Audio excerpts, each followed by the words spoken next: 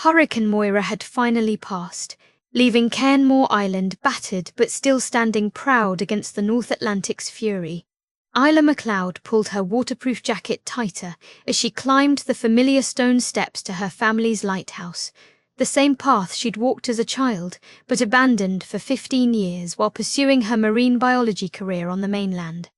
At 34, she'd returned to help her aging father maintain what everyone called a useless relic. Ships hadn't needed Cairnmore Lighthouse for decades, yet Fergus MacLeod insisted on keeping the beacon burning every single night. The wind still howled across the clifftop, carrying the salt spray that had weathered her freckled skin during her childhood summers here. Now, examining the storm damage to the lamp housing, Isla couldn't shake the feeling that this lighthouse held secrets her scientific mind had never bothered to explore. What Isla discovered inside the damaged lamp housing defied every logical explanation her scientific training could provide. Hidden behind what appeared to be standard lighthouse maintenance panels lay a carefully organized compartment filled with hundreds of messages, letters, and small objects. Some papers were yellowed with age, others looked freshly written. Glass bottles contained rolled notes sealed with wax, while small wrapped packages held everything from dried flowers to carved wooden tokens. The newest item made her hands tremble. A bottle containing a note dated just 3 days ago, written in careful script. Safe passage confirmed. The debt continues. AF. The handwriting was unfamiliar, but the message implied an ongoing correspondence her father had never mentioned. As she carefully lifted each item, Isla realized this wasn't random storage, but a sophisticated filing system spanning what looked like decades, possibly longer. Her father's useless lighthouse was apparently serving a purpose she'd never imagined. Fergus MacLeod stood waiting in the cottage doorway, as if he'd known this moment would eventually come. His deep blue eyes, still sharp despite his 71 years, watched his daughter approach with the armload of messages she'd discovered. The brass pocket watch that had belonged to his grandfather seemed to tick louder in the silence between them. Fergus had devoted 4 decades to maintaining the lighthouse after taking over from his own father, who'd inherited the responsibility from his father before him.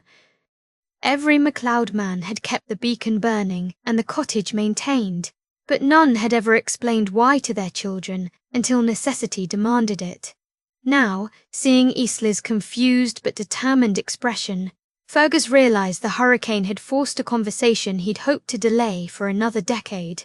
The weight of 5 generations of lighthouse keepers pressed against his shoulders as he prepared to reveal the truth about their family's real calling on this remote Scottish island. The kitchen table had never held anything more important than these scattered messages spanning over a century of MacLeod lighthouse keeping. Fergus's weathered hands moved carefully among the papers as he began explaining what Isla had stumbled upon. The lighthouse keepers have been collecting and responding to messages for longer than official records show, he said quietly. People in distress, whether at sea, on land, or in life itself, somehow know to send their calls for help to Cairnmore Lighthouse. We help however we can, but we must never reveal the network's existence. Isla studied her father's face as he spoke, seeing decades of hidden purpose behind what she'd always considered his stubborn obsession with maintaining an obsolete beacon. The brass pocket watch ticked steadily between them, marking time that had suddenly become precious. Outside, the lighthouse beam swept across the darkening waters, continuing its eternal vigil while inside, 3 generations of family secrets finally began revealing themselves to the keeper's daughter. Magnus Reed had been cycling the same paths across Cairnmore for 40 years, delivering mail to every cottage, farm and business on the island. His ancient bicycle creaked with each pedal stroke, but the worn leather mailbag never missed a delivery. At 67, he could have retired from postal service years ago, but Magnus understood his role extended far beyond official mail delivery. Hidden among the regular letters, newspapers, and packages were special envelopes marked "Hold for Collection" that arrived monthly without fail.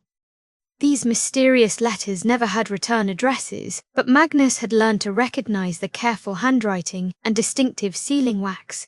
His instructions were simple: deliver them directly to the lighthouse keeper, speak to no one else about them, and ensure they reach their destination regardless of weather or circumstances. For 4 decades, Magnus had never questioned the arrangement, but the hurricane's aftermath had stirred curiosity across the island. People were asking questions about the lighthouse's operations, and Magnus wondered if the secrets he'd helped maintain were finally ready to surface. Sawim Hay O'Brien had arrived on Cairn Moor 3 months ago to document the island's oral traditions before they disappeared with the older generation.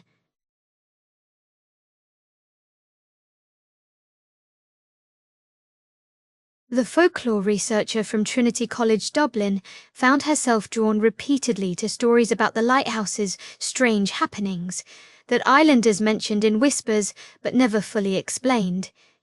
Standing among the ancient stone ruins that dotted the hillside above the lighthouse, she'd discovered evidence of much older structures, possibly dating back centuries before the current tower was built. Her recordings captured fragments of stories about guardian lights that had protected the island's people long before official lighthouse services existed.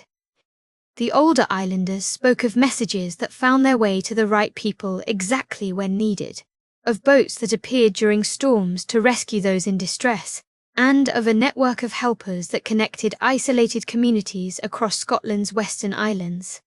Tonight, as the lighthouse beam began its eternal sweep across the darkening waters, Sawimhe felt she was finally close to understanding the deeper truth behind these carefully guarded island legends.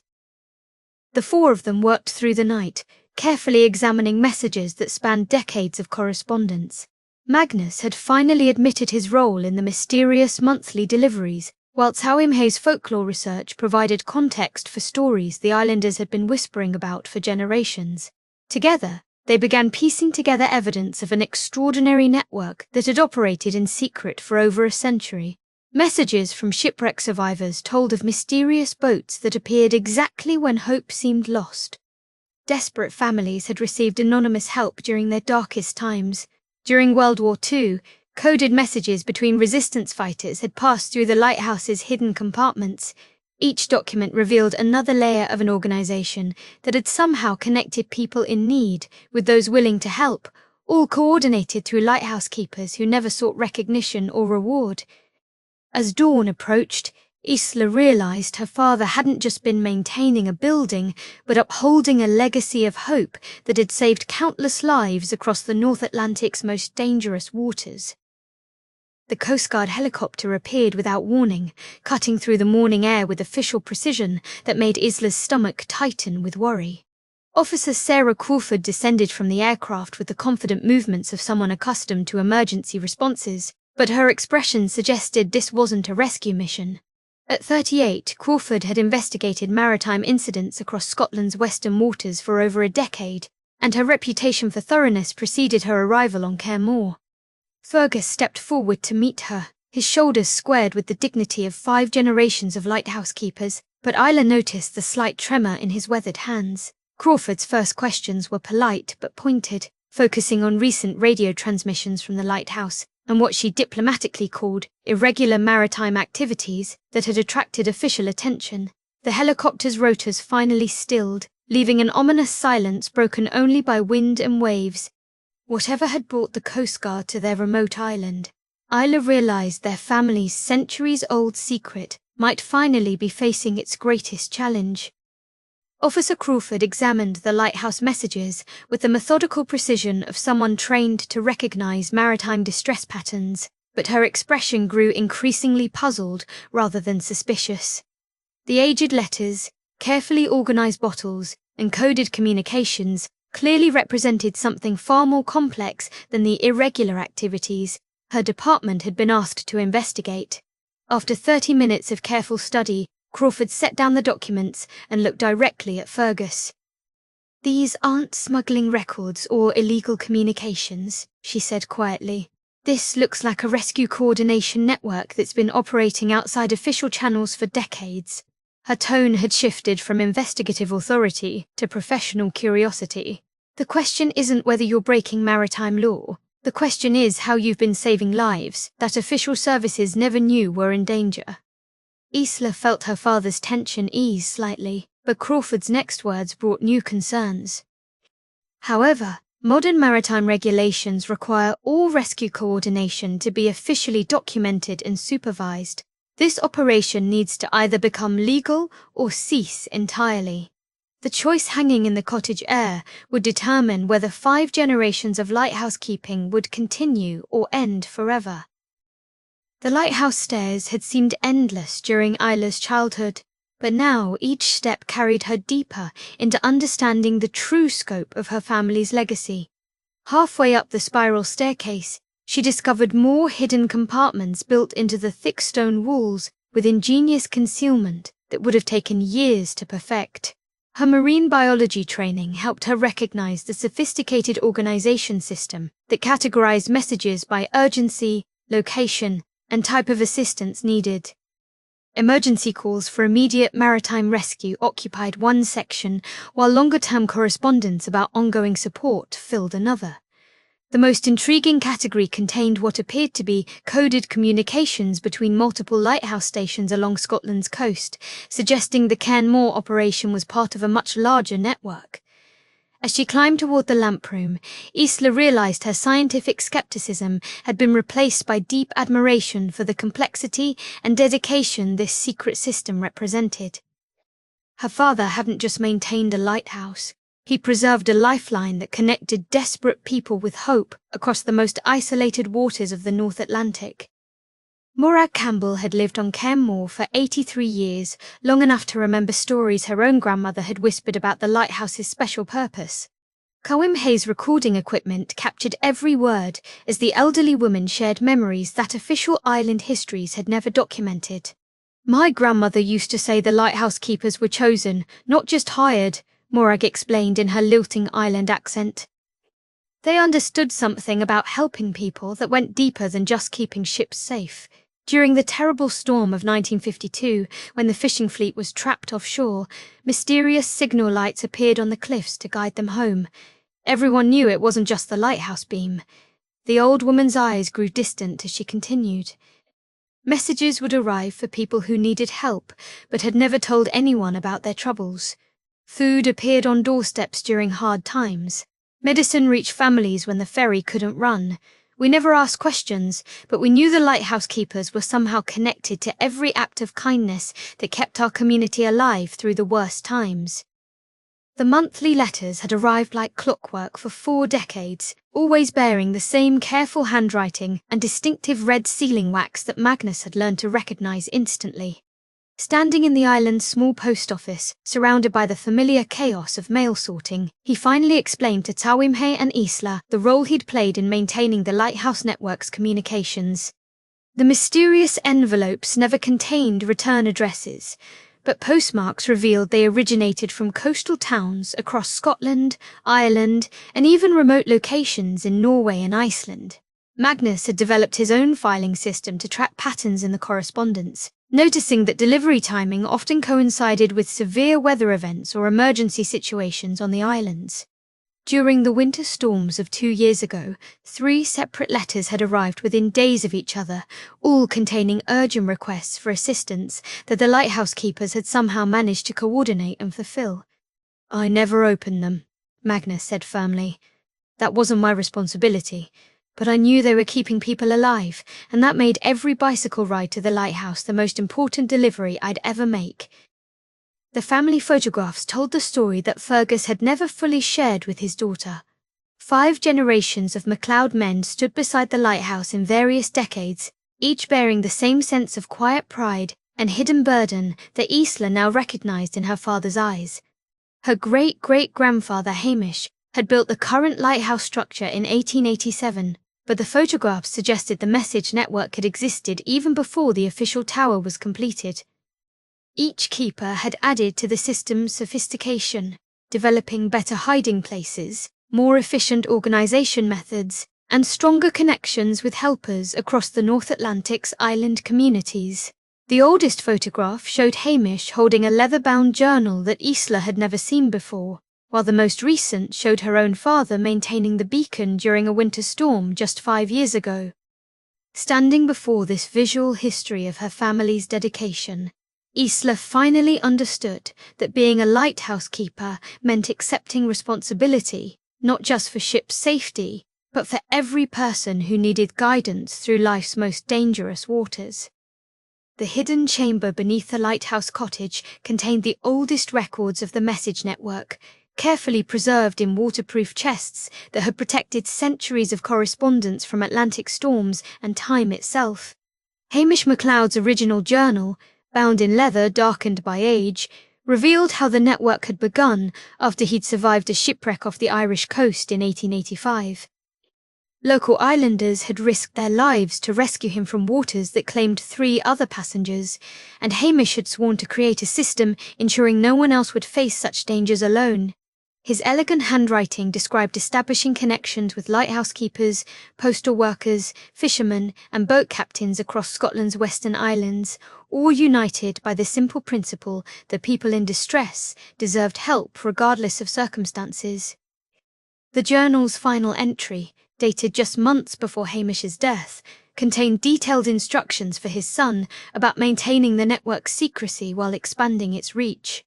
"The light we keep," he had written, "must shine for those lost in darkness, whether they are drowning in water or drowning in despair." From the lighthouse's lamp room, Officer Crawford could see why the MacLeod beacon had been so effective at coordinating maritime rescues across such treacherous waters. The elevated position provided sightlines to shipping channels that larger vessels couldn't monitor, while modern radio equipment allowed communication with Coast Guard stations and merchant ships throughout the region. Her professional assessment revealed that the lighthouse's irregular activities actually represented sophisticated emergency response capabilities that official services had been unknowingly relying on for decades. Ships in distress had somehow known to signal toward Cairnmore Lighthouse, receiving guidance that helped them reach safe harbours during storms when radar systems failed and radio communications proved unreliable. Crawford's investigation notes showed that maritime rescue statistics for this region were remarkably better than similar coastlines, with fewer fatalities and more successful emergency responses than mathematical models predicted. Standing where 5 generations of lighthouse keepers had maintained their vigilant watch, she began to understand that shutting down this operation might actually compromise maritime safety rather than improve it. The emergency community meeting filled every seat in the village hall as islanders gathered to discuss the lighthouse's uncertain future. Families who had lived on Cairnmore for generations sat beside recent arrivals, all united by concern for an institution they'd always known provided more than navigation assistance. Officer Crawford explained the Coast Guard's position with professional courtesy, emphasising that modern maritime regulations required official oversight of all rescue coordination activities. The response from the community revealed how deeply the lighthouse network had touched their lives over the decades. Fishermen described mysterious assistance during equipment failures that had saved their boats and crews. Families shared stories of anonymous help during medical emergencies when weather prevented ferry service. Even the island's doctor admitted that medical supplies had sometimes appeared exactly when needed, delivered by messengers who disappeared before gratitude could be expressed. As the meeting continued, Crawford realised she wasn't just investigating maritime violations, but potentially dismantling a social support system that had kept this isolated community alive through countless emergencies spanning more than a century. The lighthouse beam swept across the waters with the same steady rhythm that had guided ships and souls for over a century, indifferent to the bureaucratic challenges threatening its continued operation. Isla stood on the familiar clifftop where she'd spent countless childhood evenings, watching her father perform the ritual of lighting the beacon that connected their remote island to the vast network of people who needed guidance through life's storms. Her marine biology career on the mainland suddenly seemed less important than the choice she faced: abandon the family legacy to officials who might never understand its true purpose, or sacrifice her academic future to preserve something that couldn't be measured in scientific terms but had proven its value through generations of quiet service. The weight of 5 generations of MacLeod lighthouse keepers pressed against her shoulders as she realised this decision would determine not just her own future, but the fate of a support system that had operated in shadows for over a century. Below, the village lights began twinkling in cottage windows, each one representing lives that had been touched by the lighthouse keeper's dedication to helping others navigate their darkest moments. Magnus Reed's cottage walls displayed a lifetime of careful documentation that revealed the true scope of the lighthouse network's reach. Coloured pins marked lighthouse stations, coastal communities, and message relay points stretching from the Shetland Islands to the coast of Ireland, each connection representing decades of coordination between isolated communities helping each other survive in harsh maritime environments. His detailed records showed seasonal patterns in message frequency, with winter storms generating the highest volume of emergency communications, while summer months brought more requests for long-term assistance with family problems or community needs. Magnus had developed his own coding system to track successful interventions without compromising the network's secrecy, using symbols and abbreviations that protected individual privacy while demonstrating the system's effectiveness. The maps revealed that Cairn Moor Lighthouse served as a central hub for communications between dozens of smaller stations, suggesting that shutting down the McLeod operation would affect rescue capabilities across hundreds of miles of dangerous coastline. As Isla studied the intricate web of connections, she realized her family's lighthouse wasn't just serving their island, but anchoring a support network that stretched across the entire North Atlantic. The island's small library contained maritime records that Saweem Hay had initially dismissed as routine bureaucratic documentation, but cross-referencing with her oral history research revealed extraordinary patterns that supported the islanders' stories about the lighthouse network's effectiveness. Official Coast Guard statistics showed that maritime casualties in the waters around Cairn Moor were significantly lower than similar regions, despite having some of the most dangerous shipping channels in the North Atlantic. Ships in distress had consistently received assistance faster than response time should have allowed, while rescue coordination had somehow occurred even during weather conditions that prevented official emergency services from operating effectively. The most compelling evidence appeared in insurance company records, which documented numerous cases of vessels receiving mysterious assistance that prevented total losses during storms. Lloyd's of London had even issued internal memoranda questioning how ships in Scottish Western waters managed to avoid catastrophic damage at rates that defied statistical probability. As Saweem Hay compiled her research findings, she realized the lighthouse keepers had been saving not just lives, but millions of pounds in maritime losses, operating a rescue system whose effectiveness exceeded official Coast Guard capabilities while maintaining complete secrecy for over a century. Weather reports warned of another severe storm approaching Cairn Moor, with conditions expected to equal Hurricane Moira's intensity within 48 hours. The lighthouse beam cut through gathering darkness with increased urgency, as if the beacon itself understood that ships might soon need every available navigation aid to survive the approaching tempest. Fergus began preparing the lighthouse systems with the methodical precision of someone who had weathered countless Atlantic storms, checking backup power systems and emergency communication equipment that had guided vessels through previous emergencies.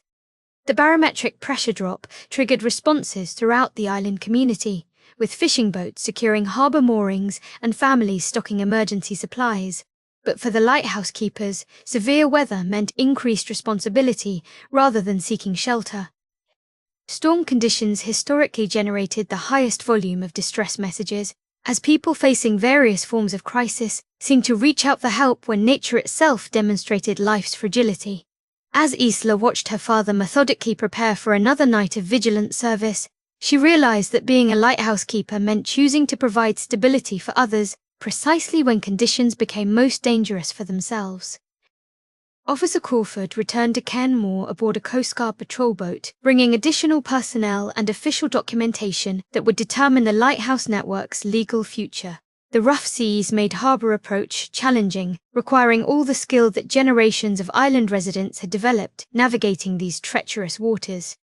Her team included maritime law specialists and communication experts who would assess whether the lighthouse operation could be integrated into official rescue coordination systems without destroying its effectiveness. The timing couldn't have been more critical, with severe storm conditions approaching and fishing fleets throughout the region depending on all available navigation assistance. Crawford's investigation had revealed that the Lighthouse network represented exactly the kind of community-based emergency response system that modern Coast Guard services were trying to develop, but the McLeods had been operating such a system successfully for over a century. As the patrol boat secured its mooring, she carried authorization documents that could either legitimize the lighthouse keeper's work or shut down an operation that had saved countless lives through methods that bureaucratic regulations had never anticipated. The storm gathering overhead seemed to mock the idea that human institutions could improve upon systems that had proven themselves through more than 100 years of faithful service. The cottage had been transformed into an emergency planning centre where 5 generations of lighthouse keeping experience met modern maritime regulatory requirements in search of a solution that could preserve the network's effectiveness while satisfying legal oversight. Officer Crawford's team had proposed creating an official maritime safety communication hub designation that would recognise the lighthouse's unique capabilities while providing government support for equipment upgrades and personnel training. Magnus's detailed delivery records proved invaluable for demonstrating the network's systematic approach to emergency response, while Tauimhe's research provided historical documentation that established the operation's legitimacy and community value. Fergus shared operational knowledge that impressed the Coast Guard specialists, revealing sophisticated communication protocols and emergency response procedures that had evolved through decades of practical experience. The storm, intensifying outside, provided urgent context for their discussions, as fishing boats and merchant vessels throughout the region prepared to face conditions that would test every available rescue capability. As midnight approached, they had developed a proposal that would transform the secret lighthouse network into Scotland's first officially recognised community maritime safety coordination centre, preserving its essential character while ensuring its continued legal operation. Dawn revealed that both the lighthouse and the island community had weathered another severe Atlantic storm with characteristic resilience, emerging from nature's fury with their essential structures intact and their determination strengthened. The lighthouse beam continued its steady sweep across waters that had claimed 3 vessels during the night, all successfully guided to safe harbours through coordination between the McLeod Lighthouse, Coast Guard stations and merchant ships that had received precise navigation assistance exactly when radar systems failed. Officer Crawford's radio communications with her headquarters confirmed that the lighthouse's emergency response during the storm had prevented what could have been the region's worst maritime disaster in decades. The provisional agreement reached during the night's planning session had proven its worth under actual emergency conditions, with the lighthouse keeper's local knowledge and communication networks providing crucial coordination that official systems couldn't match. As the island residents began assessing storm damage and clearing fallen branches from pathways, they knew their lighthouse had once again proven its essential value to the community and the broader maritime safety network. The storm's aftermath brought not destruction but validation that some traditions survive because they serve needs that modern technology still cannot fully replace. Standing in the lighthouse's lamp room where 5 generations of McLeod men had maintained their vigil, Isla finally understood that her choice represented more than career decisions or family obligations. The marine biology training that had taken her away from Hurricane Moira now provided exactly the technical knowledge needed to modernize the lighthouse network while preserving its essential character. Her understanding of maritime ecosystems, weather patterns, and rescue coordination could help expand the system's effectiveness while ensuring its methods remained environmentally sustainable and scientifically sound. The storm's aftermath had demonstrated that the lighthouse network wasn't an obsolete tradition, but a sophisticated emergency response system whose community-based approach exceeded official capabilities in critical situations. Looking out over waters that had challenged mariners for centuries, Isla realized she could honor her family's legacy while bringing professional expertise that would ensure the network's survival into the next century. Her father's relief was evident as she explained her decision to stay, not just as a dutiful daughter, but as a scientist who recognized the Lighthouse operation represented exactly the kind of integrated community support system that modern emergency services were struggling to achieve. The official ceremony recognising Cairn Moor Lighthouse as Scotland's first community maritime safety coordination centre marked the end of over a century of secret operations and the beginning of a new era of legitimate service. Officer Crawford presented the legal documentation that would allow the Lighthouse network to continue its work with government support, equipment upgrades, and personnel training while maintaining the community-based approach that had made it so effective.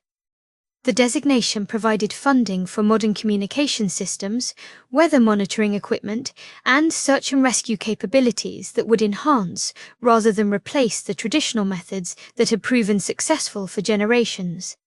Magnus Reid received official recognition as the network's communication coordinator, while Tawimha O'Brien was appointed to document and preserve the oral histories that had provided crucial evidence for the lighthouse's legitimacy. Fergus MacLeod stood proudly as his lifetime of service was finally acknowledged by the maritime authorities. He had served faithfully while operating beyond their knowledge. The ceremony concluded with the lighthouse beam beginning its nightly sweep, now officially recognised as an essential component of Scotland's maritime safety network, rather than a mysterious anachronism whose true purpose was hidden from public understanding. The lighthouse's modernisation had transformed it into a sophisticated maritime safety coordination centre, while preserving the essential character that had made it effective for over a century. Isla's marine biology training proved invaluable as she integrated modern weather monitoring systems, satellite communication equipment, and digital navigation aids with the traditional message storage and response methods that had served the island community so well. The new equipment enhanced rather than replaced the personal connections and local knowledge that were the network's greatest strengths. Coast Guard funding had provided backup power systems, upgraded radio equipment, and direct communication links with rescue coordination centres throughout the North Atlantic, but the lighthouse still maintained its collection of messages from people who found official channels inadequate for their particular needs. The modernisation process had attracted international attention from maritime safety organisations seeking to develop community-based emergency response programmes, with delegations from Norway, Iceland and Ireland visiting Cairn Moor to study the Lighthouse network's successful integration of traditional methods with contemporary technology. As Isla monitored both digital displays and handwritten messages, she realised her family's legacy had evolved from secret service to become a model for maritime safety programmes worldwide. Spring's arrival on Cairn Moor brought renewal to both the natural landscape and the island community's understanding of their lighthouse's role in connecting isolated people with the help they needed to survive and thrive. The wildflowers blooming across the purple heather hills created a tapestry of colour that tourists were beginning to discover, drawn by media coverage of the Lighthouse network's official recognition and historical significance. Families who had received anonymous assistance over the decades were finally learning the source of help that had appeared during their darkest times, creating deeper appreciation for the lighthouse keeper's dedication to community service. Children who had grown up hearing whispered stories about the lighthouse's mysterious activities now watched their parents volunteer to help maintain the expanded communication systems and support the increasing volume of legitimate requests for assistance. The island's population had grown for the first time in decades, as young families decided to remain rather than seek opportunities on the mainland, knowing their community possessed something unique that connected them to a larger network of people committed to helping others navigate life's challenges. As the lighthouse beam continued its nightly sweep, it illuminated an island that had successfully preserved its traditions while adapting to changing times. Magnus Reid had discovered unexpected joy in training the next generation of island residents to maintain the communication systems that kept the lighthouse network functioning effectively. Young adults who might have left Cairn Moor for mainland opportunities were instead choosing to learn the sophisticated message delivery and coordination protocols that had evolved over decades of faithful service. The training program combined traditional postal service methods with modern digital communication techniques, ensuring that the network's essential personal connections would survive technological changes while becoming more efficient and far-reaching. Magnus's detailed knowledge of island families, seasonal patterns, and emergency response procedures provided invaluable context for understanding how the Lighthouse network served community needs that official institutions often overlooked. The younger trainees brought enthusiasm and technical skills that enhanced the system's capabilities while preserving the discretion and reliability that had made it trustworthy for over a century. As Magnus watched his apprentices organize mail deliveries that now included both traditional letters and encrypted digital messages, he realized his 4 decades of faithful service had created a foundation strong enough to support the network's continued growth and adaptation. The island's investment in training local residents, rather than relying on outside personnel, ensured that community knowledge would be preserved, while the Lighthouse network expanded its reach throughout the North Atlantic's isolated communities. Salim Hay's presentation to the International Conference on Maritime Folk Traditions had generated unprecedented interest in community-based emergency response systems that preserved traditional knowledge while adapting to contemporary needs. Her documentation of the Caremore Lighthouse network provided compelling evidence that oral traditions often contained practical wisdom that modern institutions could learn from rather than simply replace. Universities across Europe were requesting copies of her research, while folk tradition societies were identifying similar networks in their own regions that had operated in secrecy for generations. The academic recognition had brought grant funding for continued documentation of lighthouse keeper traditions throughout Scotland and Ireland, ensuring that the knowledge would be preserved even as the systems themselves evolved with changing technology. Sawimhe's work had also attracted attention from emergency management professionals, seeking to understand how community networks could supplement official services during crisis situations when formal institutions became overwhelmed or inaccessible. Her research demonstrated that the lighthouse keepers hadn't just maintained obsolete traditions, but had developed sophisticated social support systems whose effectiveness exceeded contemporary programs designed to serve similar functions. As she concluded her presentation from the cottage where generations of lighthouse keepers had quietly served their communities, Sawimhe realized her academic career had become inseparable from preserving and promoting the very traditions she had initially sought simply to document. The lighthouse lamproom had become a classroom where Fergus shared the specialized knowledge that couldn't be found in any maritime manual or Coast Guard training program. 4 decades of practical experience had taught him to read weather patterns that instruments missed, to recognize ship movement patterns that indicated distress before official distress signals were sent, and to coordinate multiple rescue efforts using communication methods that had proven reliable when modern technology failed. Isla's marine biology background provided scientific context for her father's intuitive understanding of ocean conditions, creating a knowledge combination that enhanced both traditional methods and contemporary techniques. The teaching process revealed aspects of lighthouse keeping that Fergus had never fully articulated, as he explained decision-making processes that had become second nature through years of emergency response experience. Isla documented these techniques, ensuring that future lighthouse keepers would have access to wisdom that previous generations had passed along only through direct mentorship.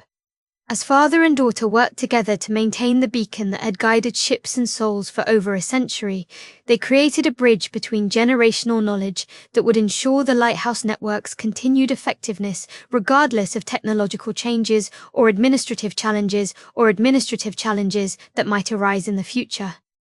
The quarterly network coordination meeting connected lighthouse keepers and maritime safety volunteers from over 20 stations across Scotland's Western Islands, with Caremore serving as the central coordination hub for an operation that had grown far beyond its original scope.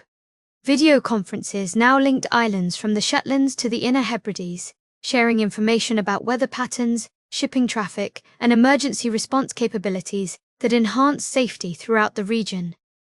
Each station contributed specialized knowledge about local conditions and community needs, creating a comprehensive understanding of maritime challenges that no single official institution could match. The network had evolved into Scotland's most effective community-based emergency response system, providing backup capabilities for Coast Guard operations while maintaining its traditional focus on helping individuals whose needs fell outside official service parameters. Isla's coordination of these meetings demonstrated how traditional lighthouse keeping had adapted to contemporary communication technology while preserving the personal connections and local knowledge that made the system uniquely effective. The regular conferences also served as training sessions where experienced keepers shared knowledge with newer volunteers, ensuring that essential skills would continue to develop and improve across the entire network. As participants from isolated islands shared their experiences and coordinated their activities, the meeting illustrated how the Lighthouse network had become a living example of how traditional community support systems could thrive in the modern world. The tourist boat bringing heritage visitors to Cairn Moor represented both opportunity and challenge for an island community learning to balance public interest in their lighthouse story with the continuing need to maintain essential maritime safety services. Isla had worked with the Island Council to develop tourism programs that could share the lighthouse's remarkable history without compromising its operational effectiveness or revealing sensitive information about current assistance requests. Guided tours now included visits to the Lighthouse Museum, displaying carefully selected historical artifacts and communications that illustrated the network's evolution without exposing individual privacy or ongoing operations. The tourism revenue was helping fund lighthouse maintenance and equipment upgrades while providing employment opportunities that encouraged young islanders to remain in the community rather than seeking work on the mainland. Magnus Reid had become an enthusiastic tour guide, sharing stories about postal service and message delivery that fascinated visitors while maintaining appropriate discretion about ongoing network activities. The Heritage Tourism Programme had attracted media attention that spread awareness of community-based maritime safety programs, inspiring similar initiatives throughout Scotland's island communities. As the tourists disembarked to explore the island and learn about lighthouse keeping traditions, they became part of a larger story about how isolated communities had developed sophisticated support systems that modern institutions were still learning to understand and emulate. Isla's marine biology research from the Lighthouse platform had created an unprecedented database of ocean conditions, weather patterns, and marine ecosystem changes that enhanced both scientific understanding and maritime safety capabilities throughout the region. Her professional training allowed her to collect environmental data that improved weather forecasting accuracy while providing early warning systems for conditions that endangered fishing fleets and merchant shipping. The lighthouse's elevated position and sophisticated monitoring equipment made it an ideal research station for studying climate change effects on North Atlantic marine ecosystems, attracting collaboration from universities and research institutions throughout Europe.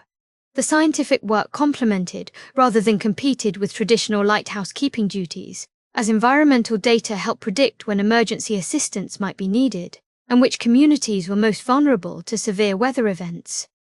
Isla's research had identified subtle environmental indicators that preceded dangerous storm conditions, allowing the Lighthouse network to issue warnings to fishing communities and small boat operators hours before official weather services recognized the threats. The integration of scientific methodology with traditional maritime knowledge had enhanced the Lighthouse's effectiveness, while providing valuable data for climate research programs that studied oceanic changes affecting coastal communities. As Isla analysed water temperature readings and plankton samples while monitoring radio communications from ships throughout the region, she embodied the evolution of lighthouse keeping from traditional navigation assistance to comprehensive maritime safety and environmental monitoring services. The evening watch revealed the Lighthouse network's daily impact as fishing fleets and merchant vessels navigated home through channels that remained treacherous Despite modern navigation technology, radio communications crackled with position reports and weather updates coordinated between the lighthouse station and ships throughout the region, creating a safety network that connected individual captains with comprehensive local knowledge about currents, hazards, and safe passage routes. Isla monitored multiple communication frequencies while maintaining the lighthouse beam that provided visual reference points for vessels whose electronic systems had been compromised by electromagnetic interference from the recent storms. The coordination required split-second timing and intimate knowledge of local water conditions that took years to develop, explaining why the lighthouse network had remained essential even as maritime technology advanced dramatically. 2 fishing boats reported engine problems that could have stranded them overnight in dangerous waters, but lighthouse-coordinated assistance from nearby vessels ensured their safe return to harbour before conditions deteriorated further. The evening's successful navigation demonstrated how traditional lighthouse keeping had evolved to incorporate modern communication methods while preserving the personal connections and local expertise that made the difference between routine passage and maritime disaster. As the last vessels reached safe harbour and the lighthouse beam continued its vigilant sweep across now empty waters, Isla reflected on another day when the family legacy had helped ensure that every mariner who depended on their guidance had returned safely home. The lighthouse keeper's journal had recorded daily operations, weather observations, and significant events for over a century, creating an invaluable historical record that Isla continued with the same dedication her predecessors had shown to documenting their service. Her entries combine traditional observations about weather patterns, shipping activity, and maintenance tasks with contemporary data about communication volume, emergency responses, and coordination with official maritime services. The journal served multiple purposes: operational record for lighthouse maintenance, historical documentation for heritage preservation, and training resource for future keepers who would need to understand both traditional methods and modern requirements. Isla's scientific background brought precision to her observations, while her growing understanding of lighthouse keeping traditions ensured that essential knowledge would be preserved even as technology continued to evolve. The journal entries revealed patterns in maritime traffic, seasonal emergency requests, and community needs that helped improve the lighthouse network's effectiveness while maintaining institutional memory that couldn't be captured in digital formats. Recent entries documented the transition from secret operations to official recognition, providing future researchers with first-hand accounts of how traditional community support systems could adapt to contemporary regulatory requirements without losing their essential character. As Isla wrote by lamplight while the lighthouse beam swept steadily across the waters, she participated in a tradition that connected her to 5 generations of lighthouse keepers who had faithfully recorded their service to help guide their successors through the challenges of maintaining this vital community resource. The pre-dawn departure of the fishing fleet had become a daily reminder of the lighthouse's continuing importance to the island's economic survival, as modern fishing vessels still relied on traditional guidance methods during the critical transition from protected harbour to open ocean. Isla coordinated radio communications between individual boat captains and weather monitoring services, while maintaining the beacon that provided visual reference points during the challenging navigation through harbour entrance channels that remained dangerous despite years of experience. The fishing captains had developed working relationships with lighthouse keepers that went beyond official maritime safety protocols, sharing information about ocean conditions, marine life patterns, and weather observations that enhanced safety for everyone operating in these waters.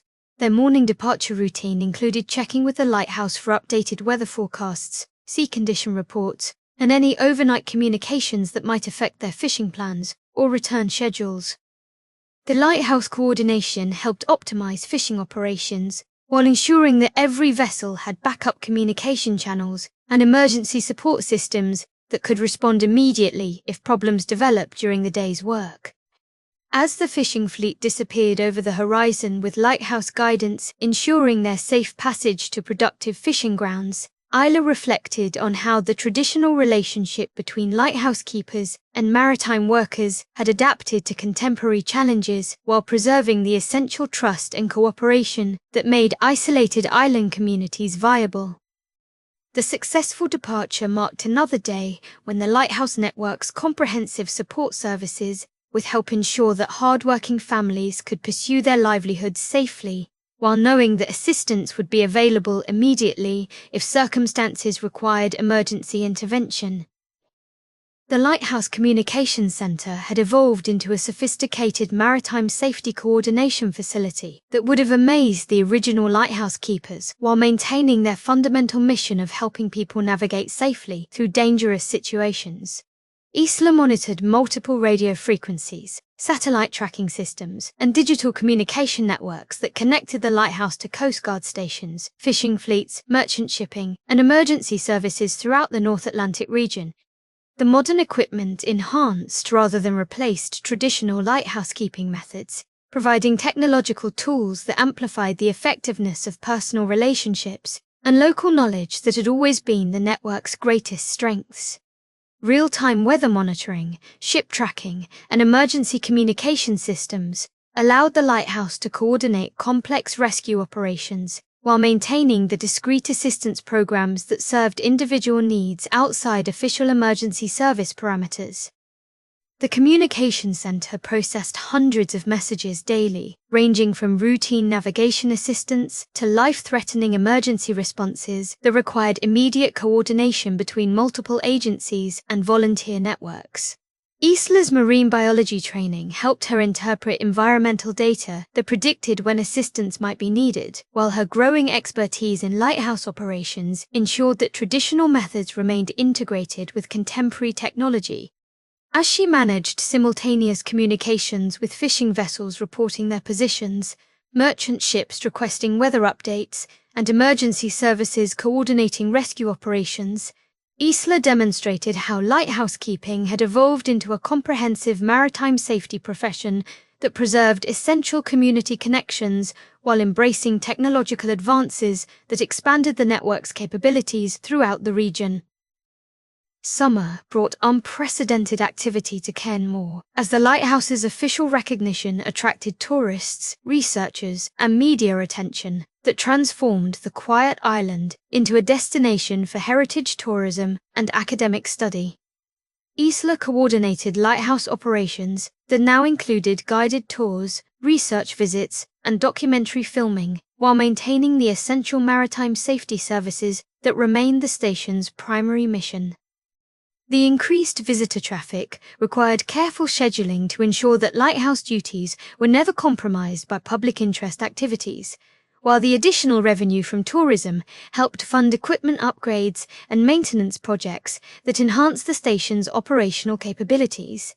University researchers studying community-based emergency response systems had established a summer research program that documented traditional knowledge while contributing contemporary expertise to lighthouse network development. The tourism activities had created employment opportunities that encouraged young islanders to remain in the community rather than seeking work on the mainland, strengthening the population base needed to support lighthouse operations and island infrastructure. Maritime traffic had increased significantly as word spread about the lighthouse network's effectiveness, with recreational sailors and commercial vessels specifically routing through Cairn Moor waters to benefit from the enhanced navigation assistance and emergency response capabilities. As Isla managed the complex balance between public access and operational requirements during the busiest summer in the island's recorded history, she realized that the Lighthouse Network's recognition had created opportunities for sustainable community development that preserved traditional values while embracing beneficial changes that enhanced the island's long-term viability. The delegation of International Postal Service representatives had travelled to Cairn Moor specifically to study Magnus Reed's innovative integration of traditional mail delivery with emergency communication systems that supported the Lighthouse Network's operations. Postal administrators from Norway, Iceland, Denmark, and Ireland were documenting methods that could be adapted for their own isolated island communities, where conventional communication systems often proved inadequate during emergency situations. Magnus demonstrated routing techniques, message prioritization systems, and community coordination protocols that had evolved through 4 decades of faithful service while maintaining the discretion and reliability that had earned the trust of Lighthouse Network participants. The visiting professionals were particularly impressed by the backup communication capabilities that ensured essential messages reached their destinations, even when modern technology failed during severe weather or equipment malfunctions. Magnus's detailed knowledge of island families, seasonal patterns, and emergency response procedures provided a model for community-based postal services that went far beyond conventional mail delivery to become essential infrastructure for isolated populations. The international attention had resulted in funding opportunities for postal service improvements throughout Scotland's island communities, while Magnus's expertise was being incorporated into training programs for postal workers serving remote areas throughout Northern Europe. As Magnus guided his distinguished visitors along familiar delivery routes while explaining techniques that had become second nature through decades of experience, he realized his lifetime of faithful service had created innovations that could help postal services worldwide better serve isolated communities that depended on reliable communication systems for their survival and prosperity. The community meeting celebrating the Lighthouse Network's first anniversary of official recognition had drawn every island resident to discuss how their successful preservation of traditional knowledge had created opportunities for sustainable development that would ensure Cairnmore's viability for future generations. The Lighthouse's heritage tourism program had generated revenue that funded infrastructure improvements, educational programs, and employment opportunities that addressed concerns that had threatened the island's population for decades. Young families were choosing to remain on Cairnmore rather than seeking opportunities on the mainland, recognizing that the island offered unique advantages, including strong community support systems, meaningful work preserving maritime safety traditions, and connection to international networks of researchers and heritage organizations interested in traditional knowledge preservation. The Lighthouse Network's expansion had created training programs that attracted participants from throughout Northern Europe, providing additional revenue streams while sharing island expertise with communities facing similar challenges in maintaining traditional support systems. Community discussions focused on balancing tourism development with preservation of the quiet island atmosphere that made Cairnmore attractive to residents and visitors alike, ensuring that success wouldn't destroy the essential character that had made success possible. As islanders of all ages contributed ideas about education programs, cultural preservation projects, and sustainable development initiatives, the meeting demonstrated how the Lighthouse Network's recognition had catalyzed broader community empowerment that extended far beyond maritime safety to encompass comprehensive planning for the island's social and economic future. Autumn's arrival brought atmospheric conditions that reminded everyone why traditional lighthouse navigation remained essential, despite advances in electronic systems that often failed when electromagnetic interference and dense fog made modern technology unreliable. The lighthouse beam cut through mist and low-hanging clouds that confused radar systems and GPS navigation, providing visual reference points that had guided mariners safely through these waters for over a century. Isla monitored increased radio traffic as fishing vessels and merchant ships reported navigation difficulties that required coordination between multiple lighthouse stations and Coast Guard facilities to ensure safe passage through channels that became treacherous when visibility dropped to mere yards. The seasonal transition had historically generated higher volumes of emergency communications as communities prepared for winter isolation, while maritime traffic increased due to shipping schedules designed to complete deliveries before severe weather made transportation unreliable. Lighthouse Network communications had expanded to include inland communities that would depend on emergency supplies and medical assistance during winter months when ferry service became irregular and air transport was often impossible. The autumn weather patterns provided natural testing conditions for navigation systems and emergency response procedures that would face much greater challenges during winter storms, allowing the Lighthouse network to identify and address potential problems before they became critical. As foghorns echoed across waters where visibility had dropped to dangerous levels, the lighthouse beam maintained its steady sweep, while Isla coordinated communications that would help dozens of vessels navigate safely through conditions that demonstrated why traditional lighthouse keeping would never become obsolete regardless of technological advances. The Lighthouse Keeper training program had attracted volunteers from 23 islands throughout Scotland's western waters, creating the first formal education system for traditional lighthouse keeping. Knowledge that had previously been passed along only through family inheritance and apprenticeship arrangements.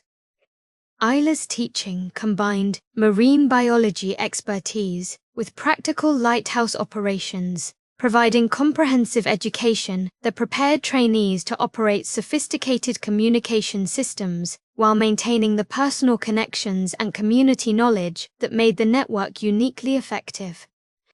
The training modules covered weather pattern recognition, emergency response coordination, communication protocols, maritime safety regulations, and community support techniques that addressed the full range of lighthouse keeping responsibilities in contemporary settings.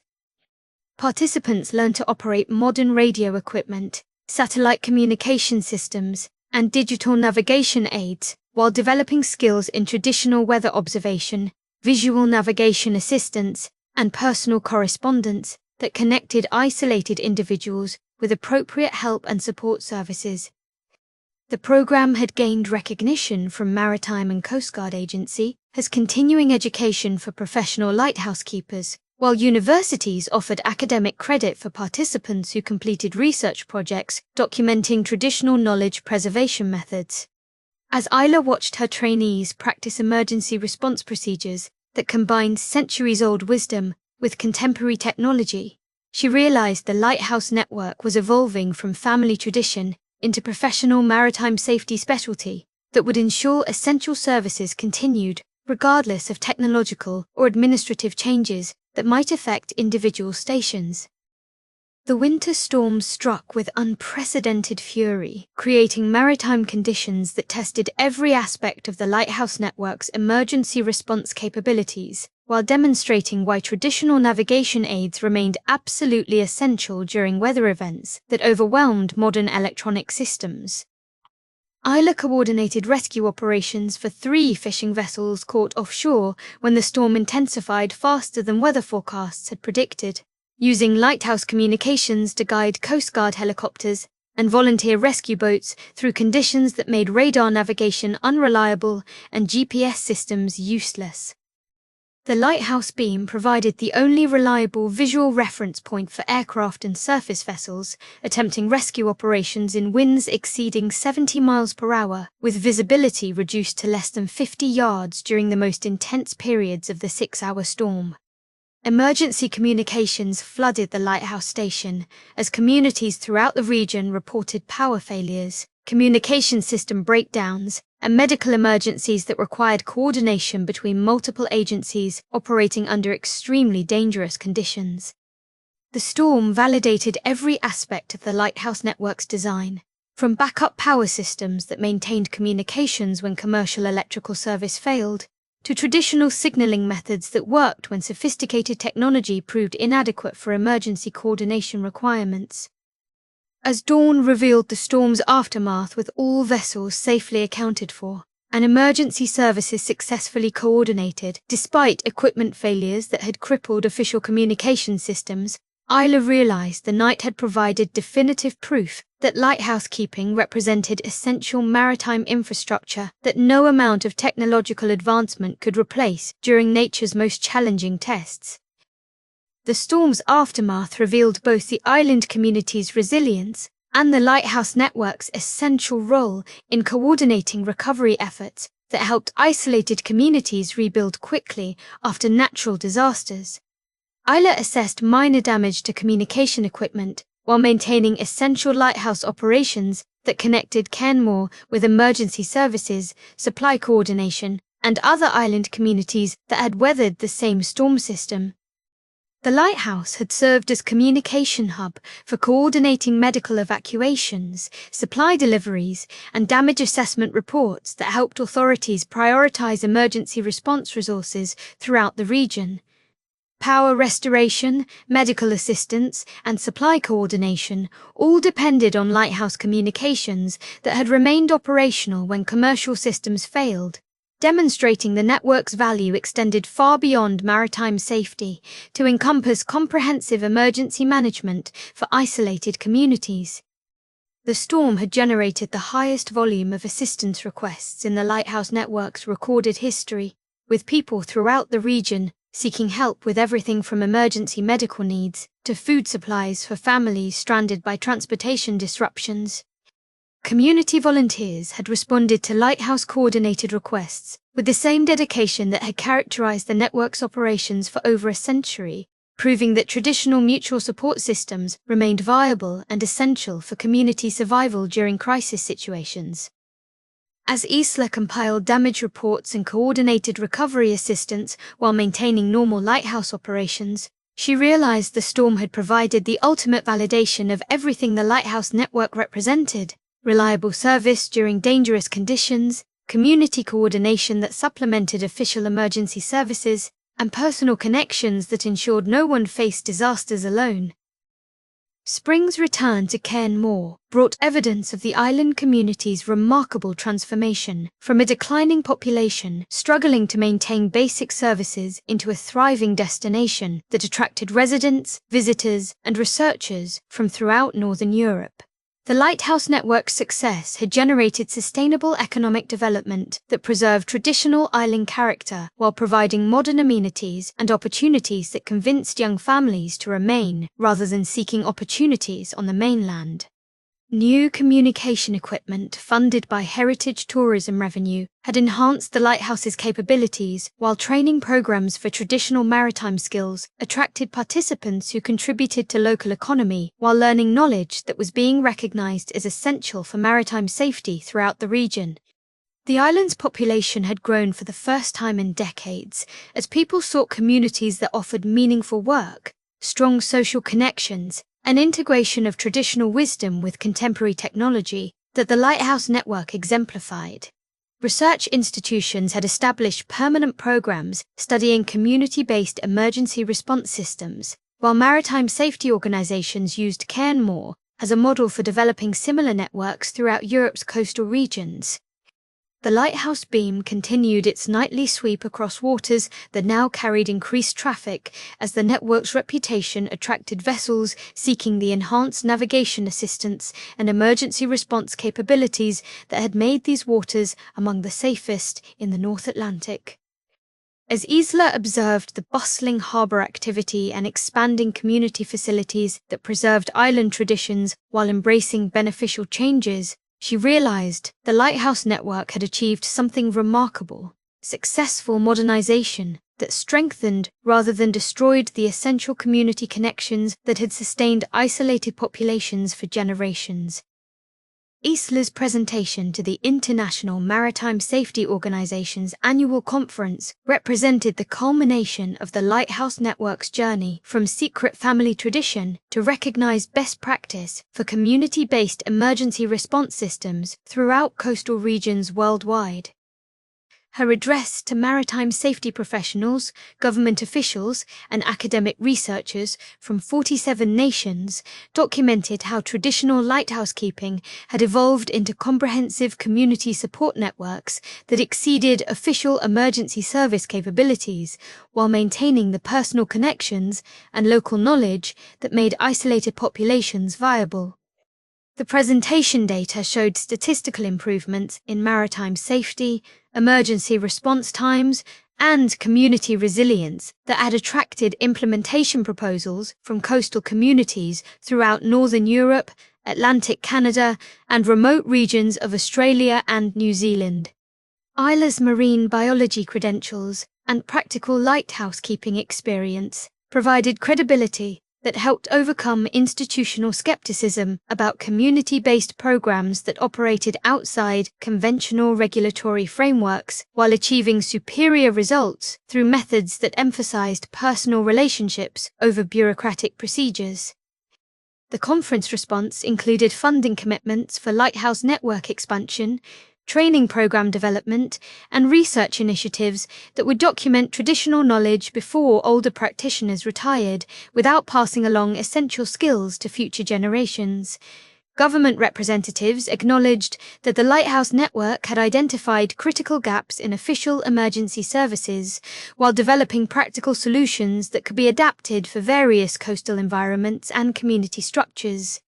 As Isla concluded her presentation to sustained applause from maritime safety professionals who recognized the network's innovations as breakthrough achievements in community emergency preparedness, she realized her family's lighthouse keeping tradition had contributed knowledge that would help coastal communities worldwide develop resilience and self-reliance capabilities essential for survival in increasingly challenging maritime environments. The Lighthouse Keepers Gathering had become an annual tradition that brought together practitioners from throughout the North Atlantic network to share experiences, discuss challenges, and preserve knowledge that was transforming maritime safety programs worldwide. Fergus served as elder statesman among lighthouse keepers who ranged from recent trainees to veterans with decades of experience, while Isla facilitated discussions that balanced respect for traditional methods with enthusiasm for beneficial innovations that enhanced network effectiveness. Magnus Reed's postal coordination expertise was particularly valued by keepers from remote locations where communication systems remained challenging despite technological advances, while Tauimhe's documentation work helped preserve oral traditions that contained essential knowledge about community support systems developed over centuries of isolated island life. The conversations revealed how individual lighthouse stations had developed specialized capabilities that reflected local conditions and community needs, creating diversity within the network that strengthened overall effectiveness while maintaining shared principles of service, discretion, and community support that had characterized lighthouse keeping for generations. Stories shared during the evening demonstrated the network's continued growth and adaptation, with newer stations developing innovations that solved problems experienced throughout the system, while older stations provided stability and wisdom that kept expansion efforts grounded in proven principles. As lighthouse keepers from islands separated by hundreds of miles of dangerous waters shared experiences over dinner in the familiar cottage where 5 generations of MacLeods had planned their service to isolated communities, the gathering embodied the network's essential character, personal connections between dedicated individuals who understood that helping others navigate dangerous situations required both technical expertise and genuine commitment to community welfare.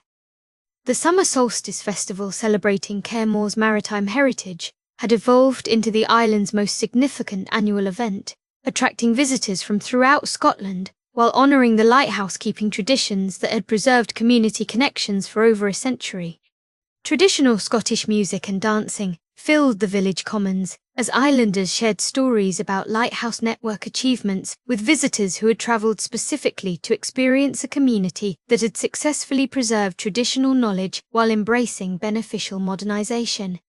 The lighthouse served as focal point for evening celebrations that included guided tours, historical presentations, and demonstrations of traditional navigation techniques that illustrated how lighthouse keeping had evolved from simple beacon maintenance into comprehensive maritime safety coordination. Children who had grown up hearing whispered stories about lighthouse mysteries now participated proudly in presentations that shared appropriate aspects of the network's history, while maintaining discretion about ongoing assistance programs that continued serving people throughout the region. The festival had attracted media attention that brought international recognition to community-based emergency response systems, while heritage tourism revenue from the celebration helped fund lighthouse maintenance and community development projects that ensured the island's continued viability. Traditional craft demonstrations, maritime safety exhibitions, and cultural presentations provided educational opportunities that connected visitors with authentic island experiences while generating income that supported local families and community infrastructure improvements. As evening approached and the lighthouse beam began its nightly sweep across waters filled with vessels that had come specifically to witness the famous beacon's operations, the festival demonstrated how the Lighthouse Network's recognition had created sustainable community development that preserved essential traditions while providing economic opportunities that encouraged young families to remain on Cair More rather than seeking futures elsewhere.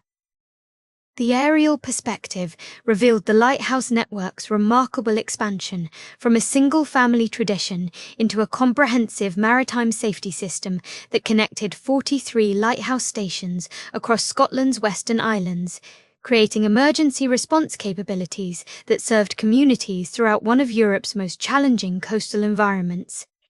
Each lighthouse station contributed specialised knowledge about local conditions, while participating in coordinated communications that enhanced safety for maritime traffic throughout the region, from commercial shipping lanes to fishing fleet operations and recreational sailing activities. The network's coordination systems had evolved to provide real-time weather monitoring, emergency response coordination, and community support services that addressed everything from maritime rescues to medical emergencies and supply coordination for isolated populations during severe weather events.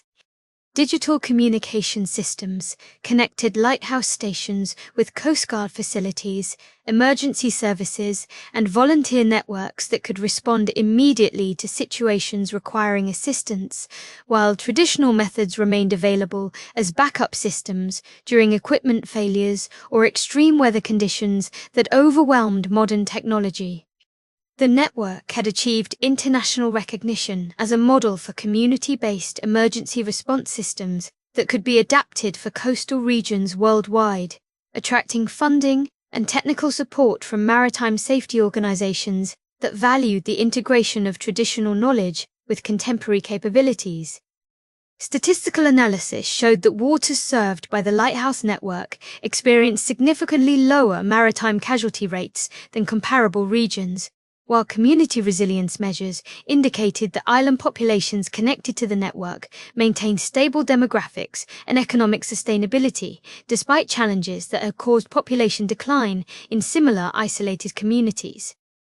As the comprehensive network overview illustrated connections between dozens of lighthouse stations serving hundreds of communities across thousands of square miles of dangerous waters, the scope of achievement represented the successful evolution of traditional lighthouse, keeping into a modern maritime safety profession that preserved essential community values while embracing technological advances that enhanced service effectiveness.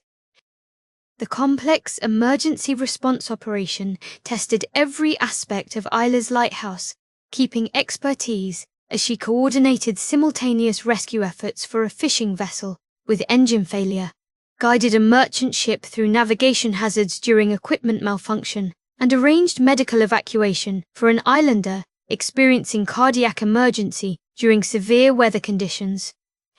Her marine biology training helped interpret weather data that predicted dangerous sea conditions, while lighthouse keeping experience enabled communication coordination between Coast Guard helicopters, volunteer rescue boats, and merchant vessels that contributed to successful outcomes for all three emergency situations. The Lighthouse Communication Centre had become the regional coordination hub for maritime emergencies that required local knowledge, flexible response capabilities, and personal relationships that supplemented official emergency services during complex situations involving multiple agencies and challenging conditions. Real-time coordination between Lighthouse Network stations provided comprehensive situational awareness that enhanced decision-making, while backup communication systems ensured continuous operations even when primary equipment experienced failures during critical response periods.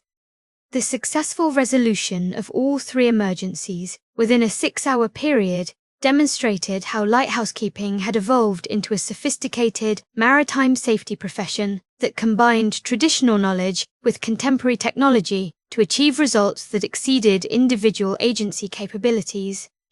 Post-emergency analysis showed that Lighthouse coordination had reduced response times by 40%, while improving successful outcomes through better resource allocation and communication management that leveraged both official services and community volunteer networks.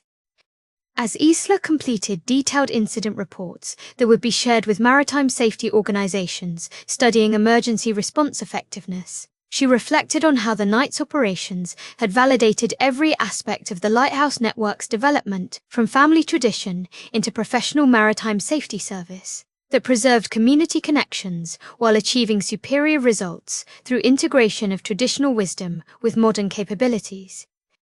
The evening watch revealed the Lighthouse network's daily success as dozens of vessels navigated safely through waters that had claimed hundreds of ships before lighthouse-keeping traditions established reliable guidance systems for mariners facing challenging coastal conditions.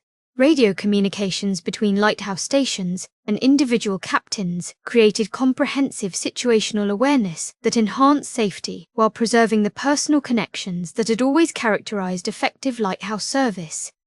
Modern navigation equipment supplemented rather than replaced traditional lighthouse-keeping methods, as electronic systems remained vulnerable to interference and equipment failures that could create dangerous situations without visual reference points and human communication backup systems.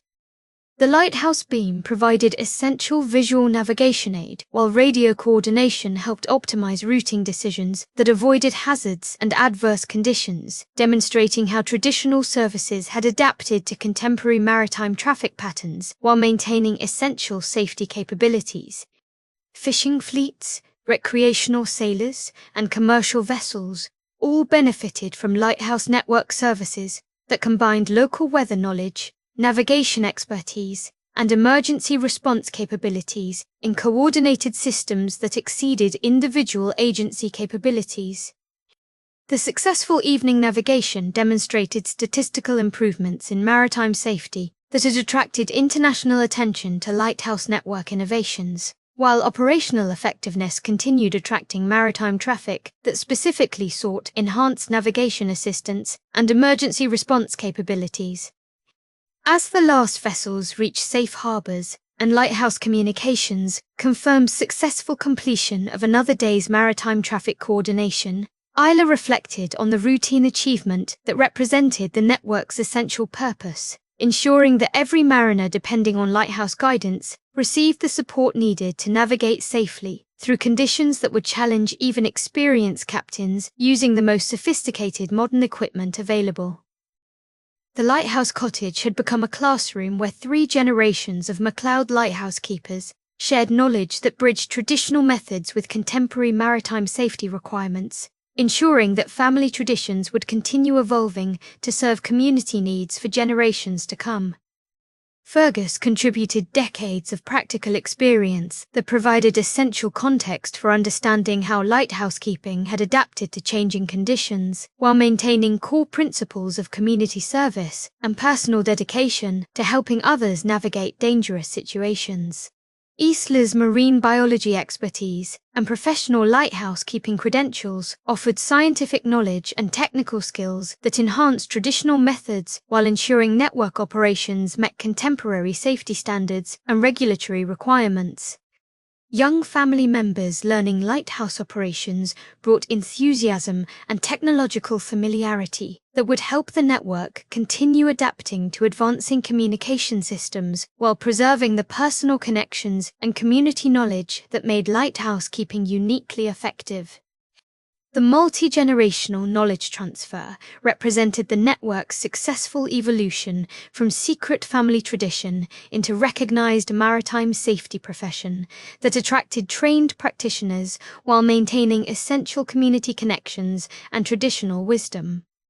Training sessions combined hands-on experience with historical context and professional development that prepared future lighthouse keepers to operate sophisticated equipment while understanding the community relationships and service philosophy that had sustained lighthouse keeping for over a century. The family's commitment to lighthouse keeping demonstrated how traditional occupations could provide meaningful careers that served essential community functions while offering opportunities for professional development and personal satisfaction that contemporary employment often failed to provide. As 3 generations worked together to maintain the beacon that had guided ships and souls through dangerous waters for over a century, they embodied the successful preservation of traditional knowledge that remained essential for community survival, despite technological advances that had transformed nearly every other aspect of maritime operations. The Lighthouse Library and Archive had grown into the most comprehensive collection of traditional lighthouse keeping knowledge in Northern Europe, preserving operational records, historical documents, and research materials that documented the evolution of community-based maritime safety systems over more than a century of continuous operations. Historical documents revealed how individual lighthouse keeping innovations had spread throughout the network, creating accumulated wisdom that enhanced safety and effectiveness while maintaining the discretion and community connections that had always characterized successful lighthouse operations. Contemporary records documented network expansion, training program development, and coordination improvements that demonstrated how traditional knowledge could adapt to modern requirements while preserving essential community relationships and service philosophy.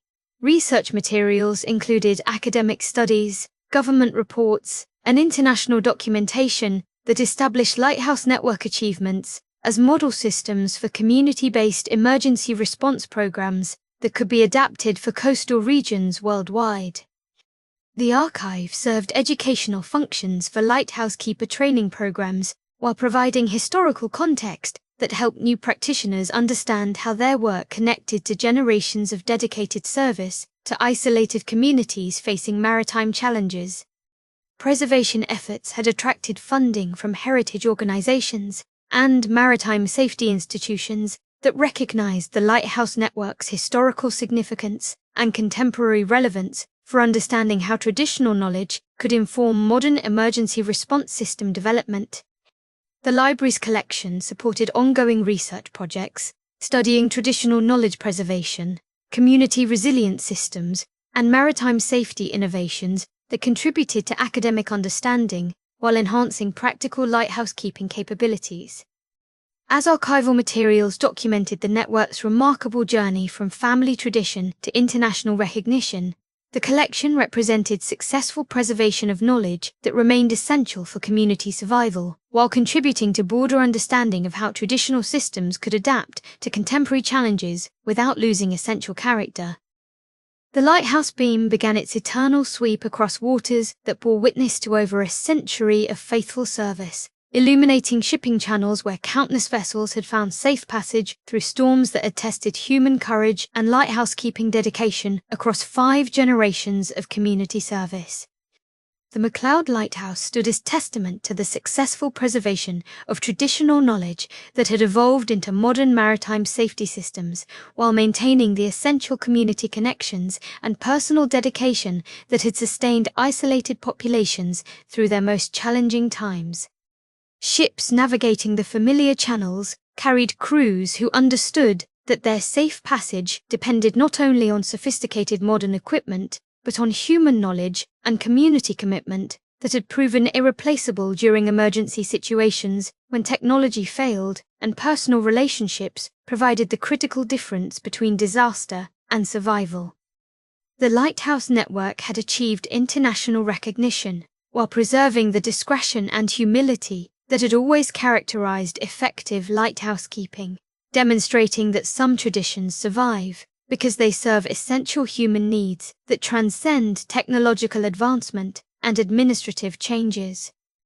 Island communities throughout the region continued to thrive because lighthouse keeping had evolved from family obligation into professional calling that attracted dedicated practitioners committed to serving others while preserving knowledge that connected isolated populations with support systems extending across vast maritime regions. The evening's routine activation of navigation systems that had guided mariners safely through dangerous waters for over a century represented the daily renewal of commitments that had sustained communities, saved lives, and preserved traditional wisdom that remained essential for maritime safety despite dramatic changes in transportation technology and communication systems.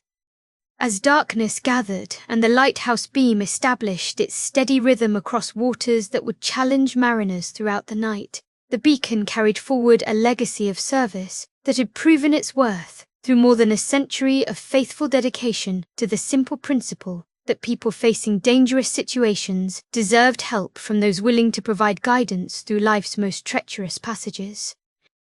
This long journey with Isla MacLeod through the hidden world of lighthouse keeping has revealed how duty, tradition, and community connections can preserve essential human services that transcend technological advancement and bureaucratic change.